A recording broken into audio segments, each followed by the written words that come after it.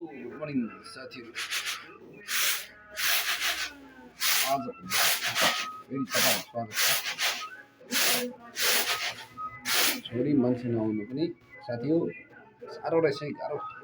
यहाँ हेर्नुहोस् न, चामल केलाउ आफै, खाना पकाउ आफै।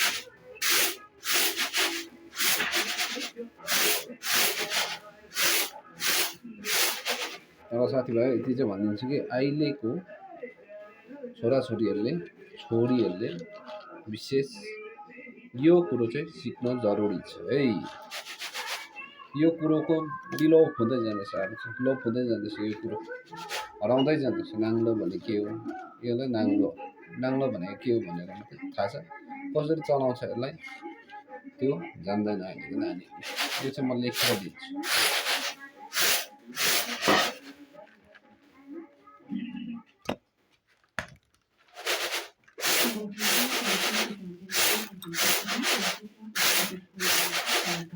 यस्तै छ।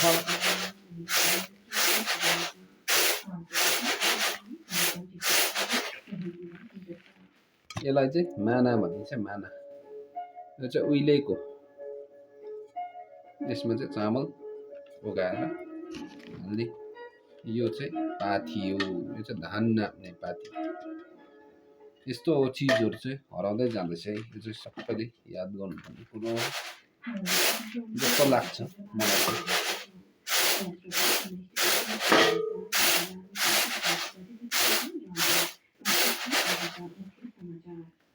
अब एक्सपोर्ट भइसक्यो।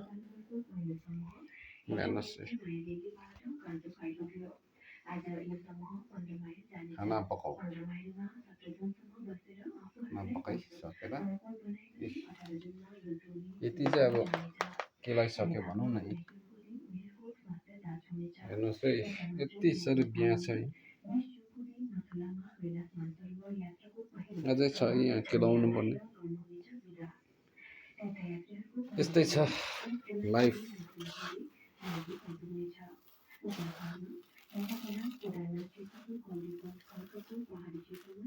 हुन्छ, थ्याङ्क यू तपाईँहरूलाई।